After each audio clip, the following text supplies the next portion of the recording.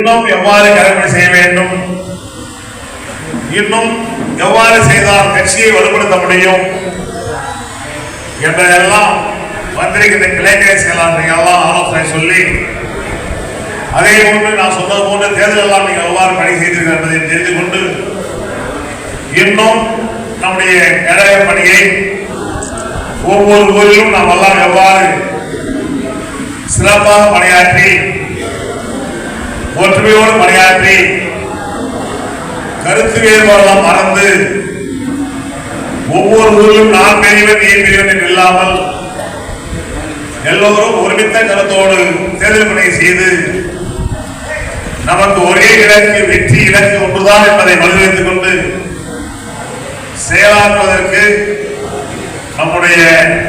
உங்களுடைய பணி எவ்வாறு இருக்கிறது என்பதற்காகத்தான் இந்த கிளைக்கலை செயலாளருடைய கூட்டத்தை கொண்டிருக்கின்றோம்.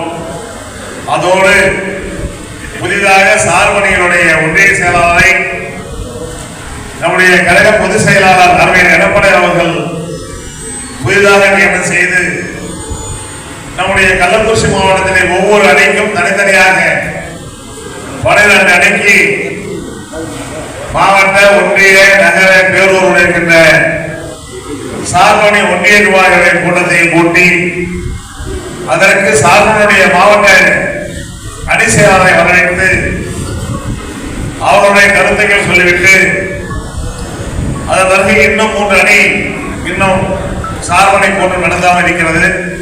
எம்ஜிஆர் மன்றம், இலக்கிய அணி, அதே போன்று